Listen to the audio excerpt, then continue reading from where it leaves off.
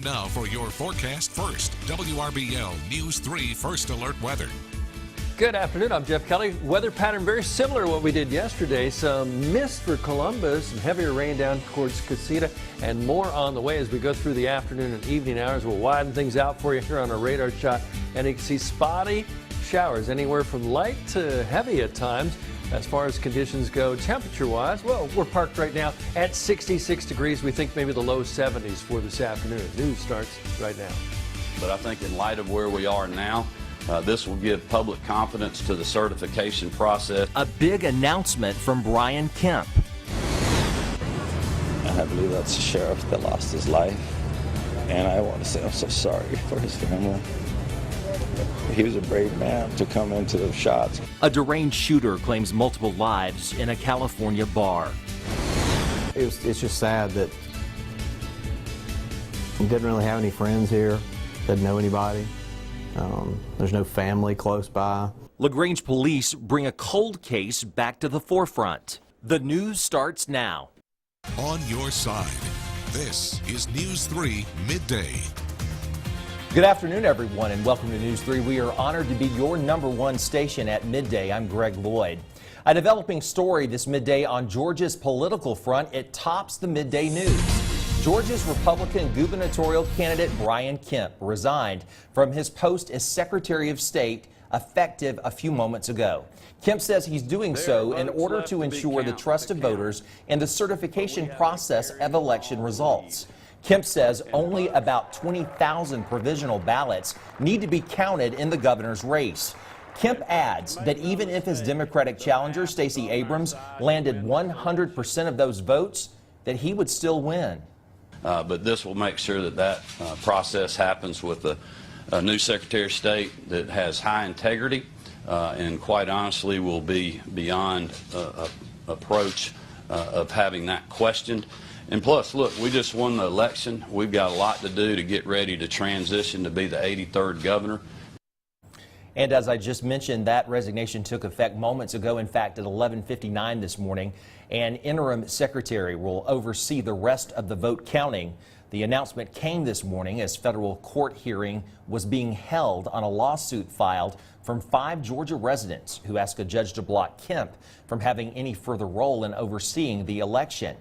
Stacey Abrams has pledged she will not concede the election until all votes are counted. Now, right now, at this very moment, she and her camp are addressing reporters and will continue to follow the story.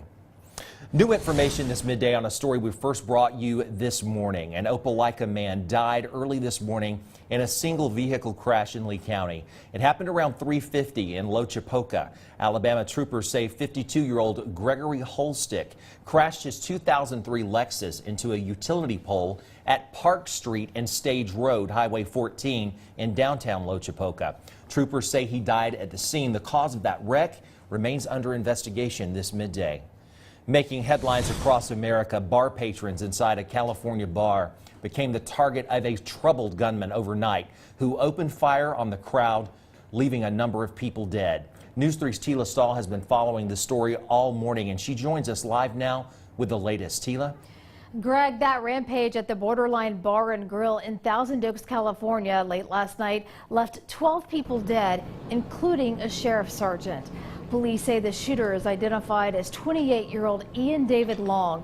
He was also found dead at the scene in addition to the 12 victims. Ventura County Sheriff Jeff Dean says it's believed Long killed himself. Hundreds of people, many of them college students, filled the bar for its weekly country dance night event. Witnesses say the gunman threw smoke bombs inside the bar before he started firing into the crowd. We have a motorcade for Sergeant Ron Helas taking place at 10 a.m. this morning from Los Orbos Hospital to the medical examiner's office in Ventura. There's approximately 50 to 60 family members, friends, and relatives inside the teen center currently, and more people are trickling in right now, and notifications will be made at this location.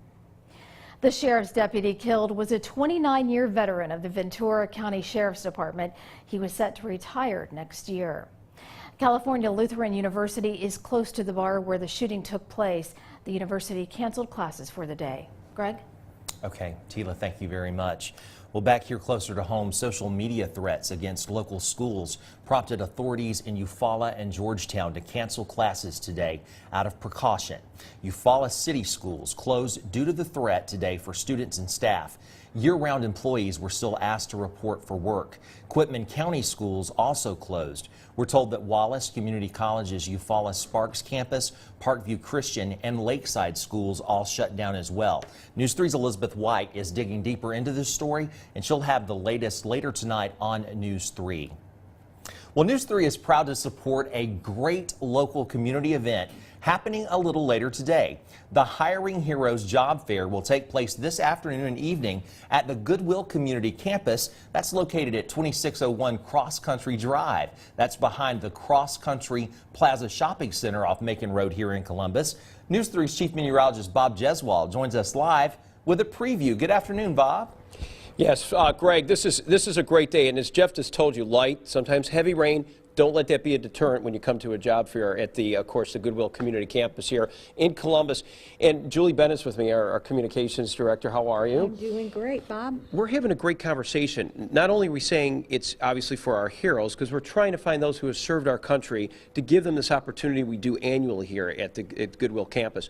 What else can happen here today when somebody comes here and visits some of these job recruiters? Well, first of all, I'd like to say that this job fair is open to anyone. So just be sure that you don't have to have military credentials to take part. But we're going to have over 50 employers here.